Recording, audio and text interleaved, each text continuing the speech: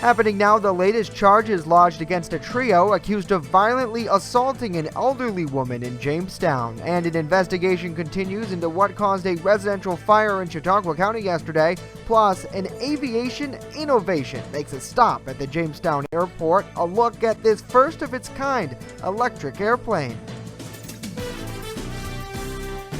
Live and on demand, this is WNY News Now. Thank you for joining us for WNY News Now. I'm Justin Gould. Those stories and more are coming up, but first, 3 people are accused of violently assaulting an elderly woman during a home invasion robbery in Jamestown. On Monday, 47-year-old William Buckley, 34-year-old Joshua Ryan, and 29-year-old Josine Talley were accused of breaking into a residence, tying up a 73-year-old woman to a chair, and then at gunpoint assaulting her, all while allegedly stealing property from her home. Talley and Ryan were taken into custody midday Tuesday, with the police department's SWAT team arresting Buckley at a Forest Avenue address. The 3 face several charges, including robbery, burglary, and assault. This home invasion, police tell us, was targeted, a horrifying act of violence against an elderly victim who, although injured, is expected to make a full recovery. And a Dunkirk police officer was attacked as they investigated a suspicious person complaint this week.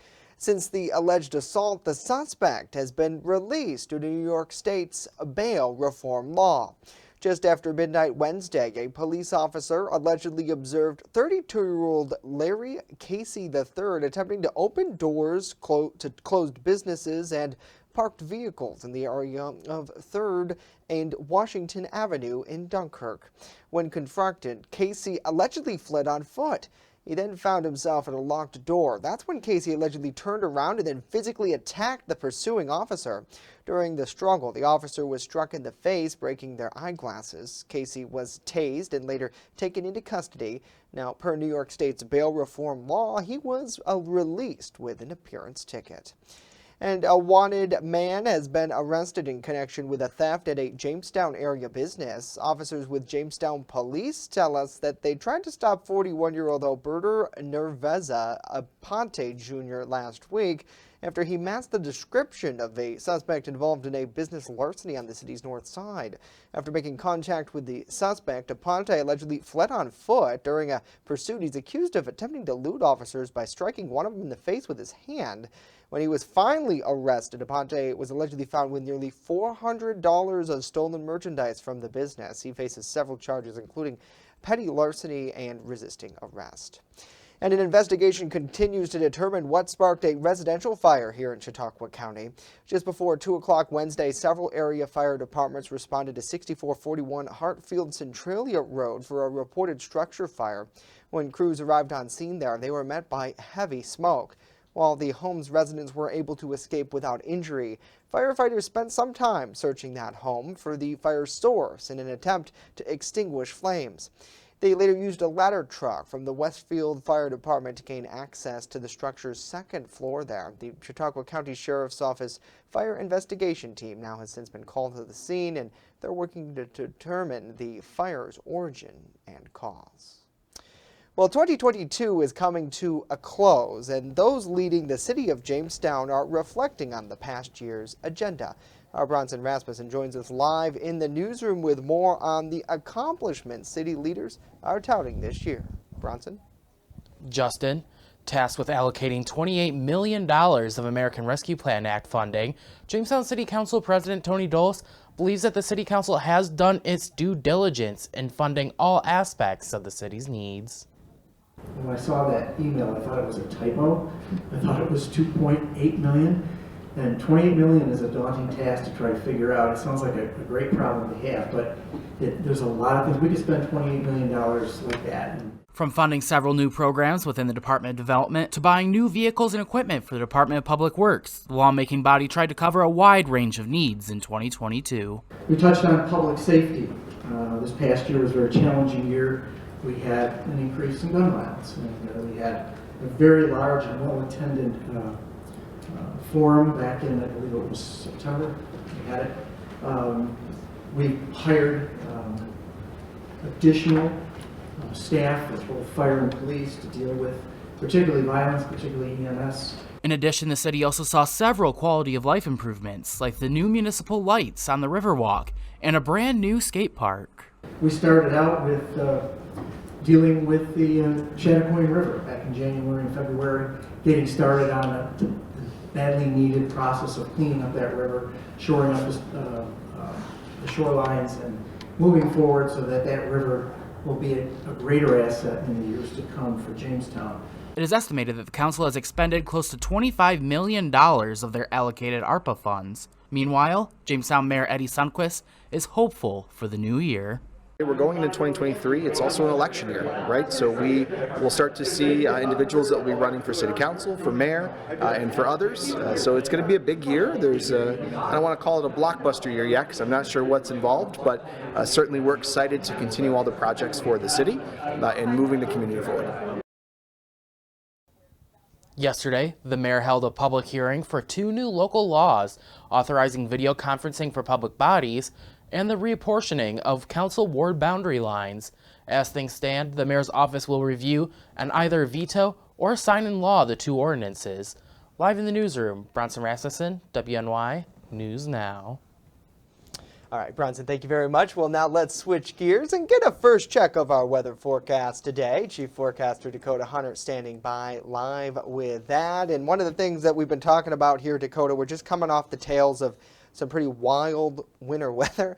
And now what, it feels like spring out there? Yes, we're getting that thaw. And I mean, it's not that uncommon to get a thaw as we go into January and February, but it is a little early to get it into the end of December. Let's take a live look at the Warren Citibank Skycam, and traffic is flowing okay over the Hickory Street Bridge, or it's the Veterans Memorial Bridge, as I have been told, not to say Hickory Street Bridge, but that's basically it. And the Allegheny River back there flowing very well as well back there. As we take a look at the satellite and radar, not much going on, but we are starting to see the clouds filtering on in now. So all that sunshine that we had, say goodbye to it. It's going behind clouds, and we're not going to see the sun again for likely a few more days down the road. 39 was the high yesterday. We forecasted 39. We bottomed out at 34 this morning. Our forecast yesterday was 39, 32, so a very good forecast for us. 67 and 10 below zero are the records for this day. So through the afternoon today, that early sunshine hides behind clouds. They're already hiding behind clouds now,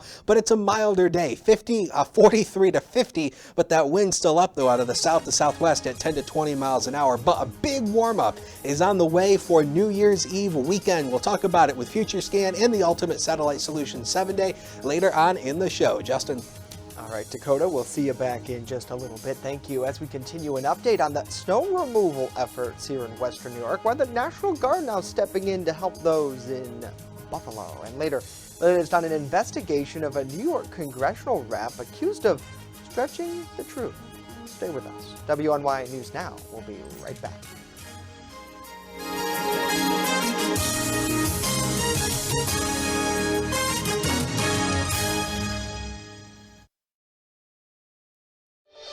Wishing you a safe and happy holiday season.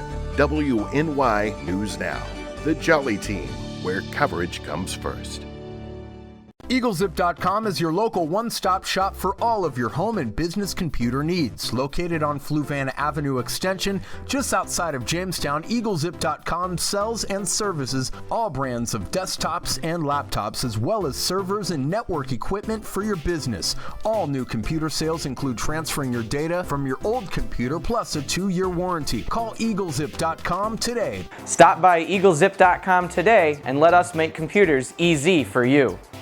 I'm a survivor. I'm a survivor. I'm a survivor. Testicular cancer is the leading form of cancer in men aged 15 to 35. 1 in 250 men will be diagnosed with testicular cancer. But 98% will survive if detected early.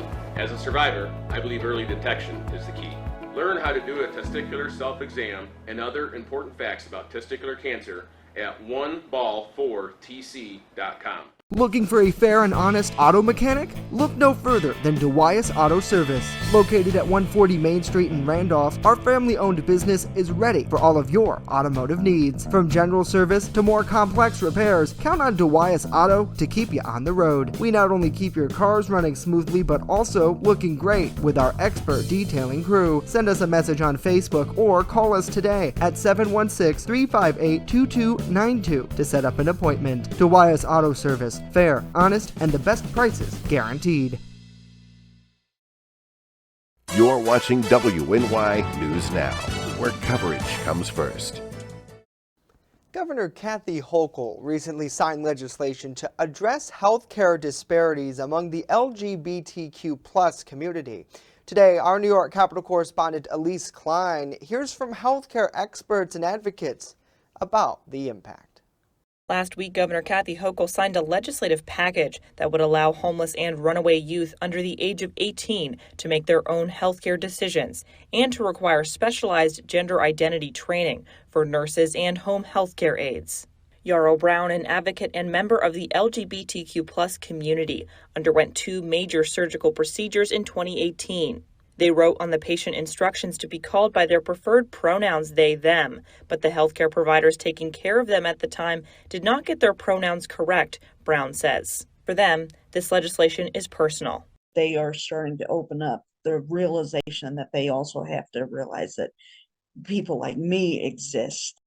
Other advocates say this legislation serves as, quote, a ray of sunshine for members of the LGBTQ+ community. I think this signals a bit of hope.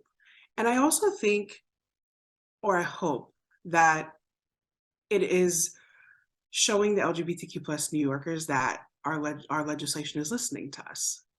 Laura Eric, Vice President of Public Policy for the New York State Association of Healthcare Providers, says the specialized education proposed in this legislation will be in addition to the programs offered through the State Department of Education. Eric adds that while this legislation will have a positive influence on the healthcare community, it could be financially very difficult to implement. I think the concern amongst home care providers is that training is not currently reimbursed. Eric says the cost will depend on how the legislation is implemented, but state funding or developing a reimbursement process could go a long way. In Albany, Elise Klein, WNY News Now. Elise, thank you.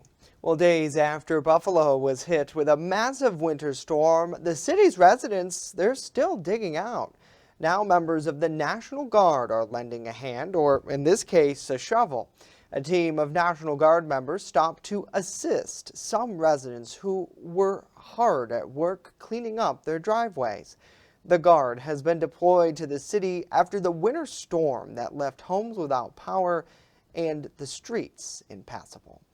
And officials in Buffalo have arrested 10 people for alleged looting during this blizzard.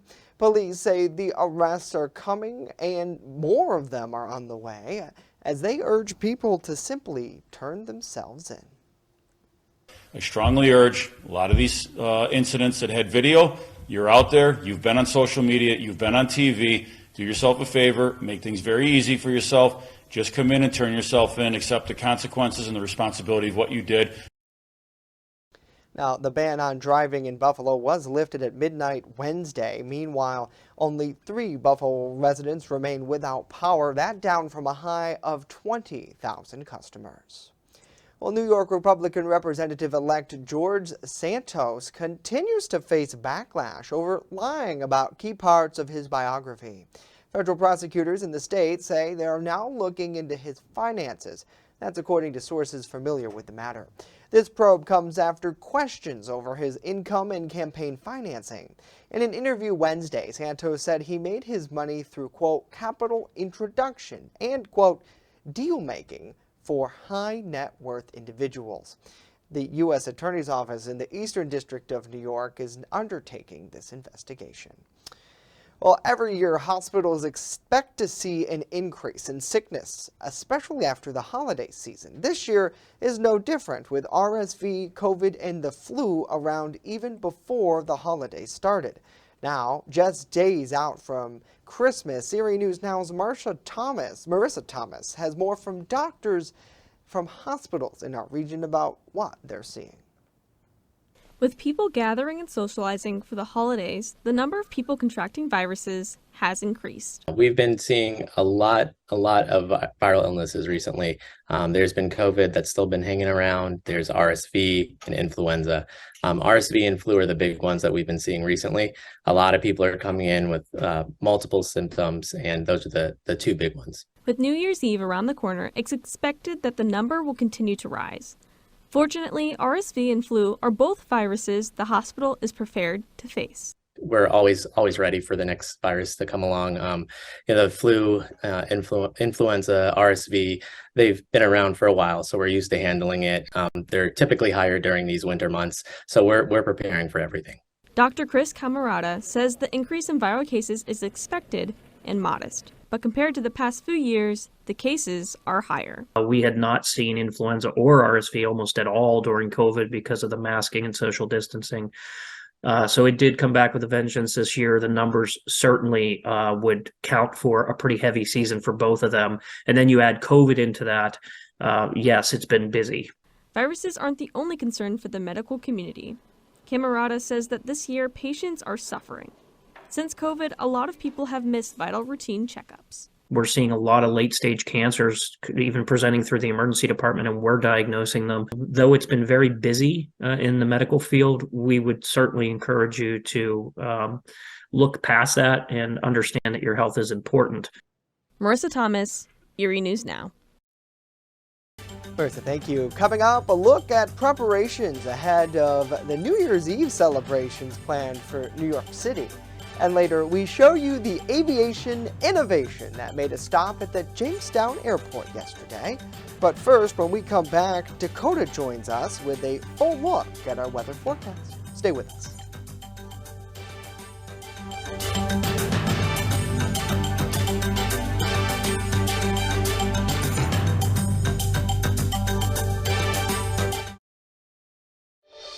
Wishing you a safe and happy holiday season. WNY News Now, the Jolly Team, where coverage comes first. I don't think that many kids in my son's school even do it. He makes fun of his friend who vapes. He would never try it. She's into soccer. She's on the honor roll. She's just not the type. No way. No way. No way. No way. My kid would never vape. Get your head out of the cloud. Today, nearly 8,000 kids will start vaping. Maybe even yours. Learn about the dangers at talkaboutvaping.org.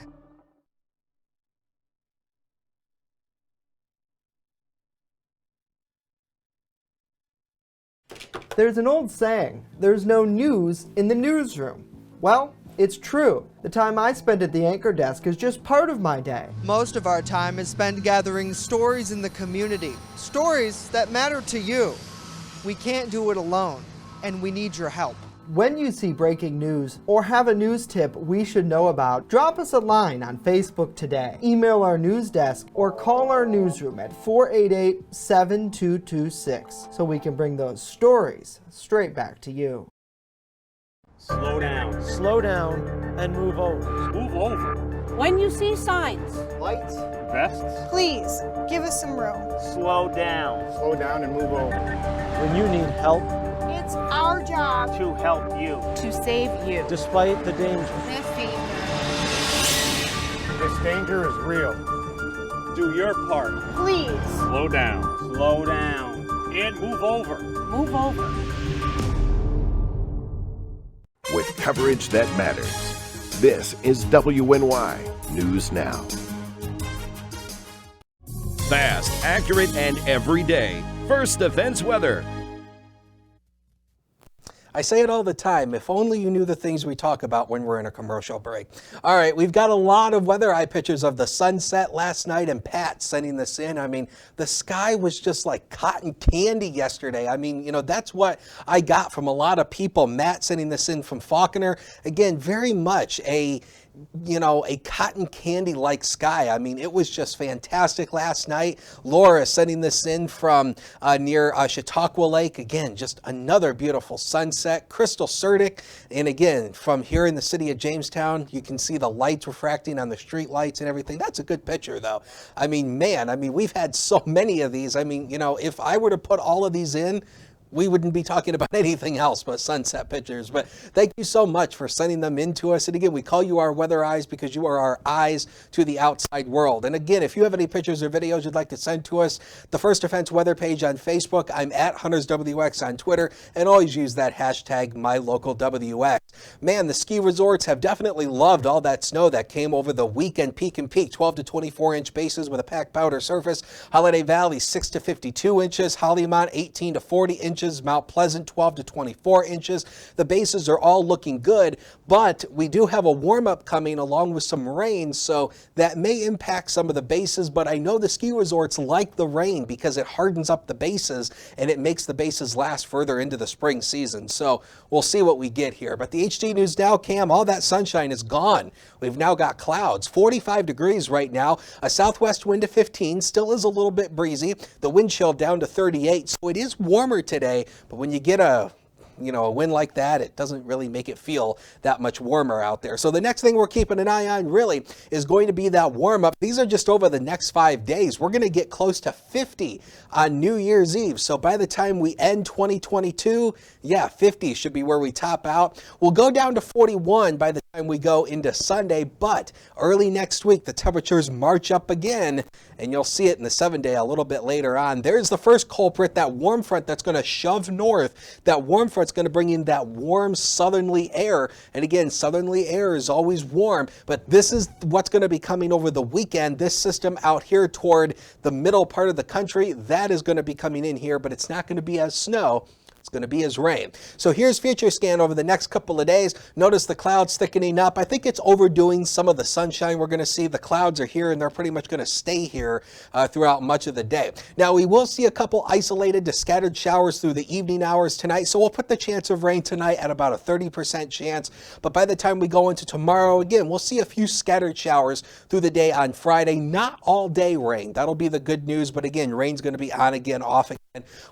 Maybe some peaks of sunshine, but the better chance of rain comes in on Saturday with that next system as we round out this year. So again, if you're going to any New Year's Eve parties or festivities, it won't be snow, but you will be dealing with a little bit of rain. Future rainfall over the next 5 days. We could be picking up about a ½ an inch to maybe 3/4 of an inch. The bigger rain totals will be well down here, especially toward the middle part of the country there. They could be looking at about over 3, 4, 5 inches of rain. So all that staying away from here, but we'll get some rain anyway for New Year's. So for tomorrow, we'll start around 43. We'll warm up to the mid to upper 40s through much of the area. Again, the lower elevations will likely peak around 50, but again, a few scattered showers from time to time. Now the next 7 days, powered by Ultimate Satellite Solutions. So 50 on Saturday, 41 on Sunday, but look at that, Justin, close to 60 on Tuesday. Temperatures still in the lower 50s on Wednesday. Yeah, wow. Talk about spring in the middle of winter there, Dakota. Thank you. Pope Francis says former Pope Benedict is very sick. Pope Benedict announced his resignation back in February of 2013, saying no longer he had the physical and mental strength to run the Catholic Church. He's the first pontiff to step down in 600 years. Pope Francis asked for his prayers at an end of his general audience this week. The Vatican releasing a statement saying in the last few hours, Pope Benedict's condition had worsened due to his age. Well, controversial comedian Bill Cosby, he's eyeing a return to touring in 2023. During a surprise radio interview Wednesday with WGH Talk, Cosby answered yes when asked if 2023 is the year he might finally get back on tour. Now at 85 years old, Cosby was convicted in Pennsylvania back in April of 2018 of criminal sexual assault. He served nearly 3 years before the conviction was overturned by the state Supreme Court. Cosby's rep has reportedly confirmed that the comedian is starting to look at touring in the spring or summer. However, he might not be out of legal trouble just yet, as he could sue under New York State's recent child victims law. Well, Times Square's iconic crystal ball is all ready for the big weekend festivities celebrating New Year's. Zena Maldonado has more on the final preparations underway. Whether in person, the first goal is try to get as close as possible to the ball drop. Or at home. We're probably going to catch the ball drop on the TV. Millions will be watching this massive 12,000-pound crystal ball dropping right here in Times Square come New Year's Eve. She's going to get to see the ball drop. Only 10 years old, so that's kind of a win for her. A little bit of champagne, that's it. Now, the crystal ball features 2,688 triangles to be exact, and this year they're replacing 192 of those with the new design, Gift of Love. A circle of overlapping hearts intertwined together. Crews working throughout the afternoon today to place the message of love on the iconic ball, which stands 12 feet tall. Every year we bring a different message, gift of peace, gift of love, gift of friendship, but I think love is so important, not only for our, friends, family, our loved ones, but for the whole world. Kickoff Saturday will be about 6 p.m. when the ball is raised to the top of its pole above Times Square. With no official COVID requirements announced, this year's celebration different from last year when only 15,000 people were allowed to attend. And a far cry from 2020 when the ball dropped for the first time ever in front of an empty Times Square. Organizers share they hope the message of this year's theme hits home not only for the thousands that will be celebrating in person, but also for those watching across the country. With that act of love and that gift of love, I think we as people, we can be better. And what they say, put on your mask first before you take care of somebody else. So if you got that foundation, you become a better person to help everybody around you. From Times Square, Zenia Maldonado, CBS 2 News. Next, in aviation innovation making a stop in Chautauqua County. WNY News Now is covering stories that matter to you. Police and other local law enforcement agencies are looking for the person responsible for a shooting. One of the benefits of this new feature is it not only works with the newer parking meters that the city's been rolling out, but these traditional meters as well. From muddy trails to slick cliff edges to structures that have fallen into disrepair, these are just some of the problems that this park faces. WNY News Now, where coverage comes first. Right here, baby. Look. Uma. Noah. Something more than a birthday is happening here. Once you can see it, you can help. The sooner you recognize the signs of autism, the sooner you can make a lifetime of difference for your child. Start by answering a few simple questions at screenforautism.org. Wishing you a safe and happy holiday season. WNY News Now, the Jolly Team, where coverage comes first. An aviation innovation made a stop in Chautauqua County Wednesday to recharge. As Julia Gress reports, Beta Technology's first of its kind electric aircraft touched down at the Jamestown airport. This is the first time that electric aircraft, to my knowledge, has been to Jamestown. We established a charging network that goes from our home base in Vermont all the way down to Arkansas. Flying in from Elmira, New York, Beta Technology's prototype charged overnight ahead of a test flight to Saranac Lake. This futuristic form of transportation relies on newly installed infrastructure. This is a piece of our future. The Jamestown airport has had a charging station here for a little over a year now. And this is the first time we've gotten the opportunity to use it. These electric aircrafts will be used for cargo shipping, medical supplies, and eventually passenger flights. Two types of electric aircrafts will be utilized, including fixed-wing aircrafts that are intended to fly airport to airport, and aircrafts with lifters that can take off and land vertically without a landing strip, making it ideal for landing at hospitals. We built the largest electric aircraft to fly in the world in 2017. It was a 4,000-pound aircraft. But that really couldn't do a commercial mission like fly for UPS or United Therapeutics or the government. So we designed this aircraft, which has amazing range. The aircraft is low cost and carbon neutral. During the most recent test, the craft had a range of 255 miles. As battery storage improves, so will the range. Currently, it takes around 30 minutes to fully charge for a cargo run. In a normal airplane, you got a big engine in front of you. I've got this beautiful view. It's amazing. I actually think, as much as I love the fact that it only costs us $10 to fly out here on electricity, the fact that when the passengers get in it, there's not going to be that anxiety and noise. For the same distance flight, the traditional fuel model spent $600 to refuel versus $11 for the electric flight. There's an artisan here selling something on Etsy. They can ship something later in the evening and be competitive with people in metro areas. So our goal is to democratize access to aircraft by lowering the cost. Julia Gress, WNY News Now. Wow, what an incredible innovation for sure. Well, that's going to do it for us today. News continues 24/7 at WNYNewsNow.com. We'll leave you with this live look over Randolph, and we'll see you back here tomorrow with a special Year in Review show. Have a great day.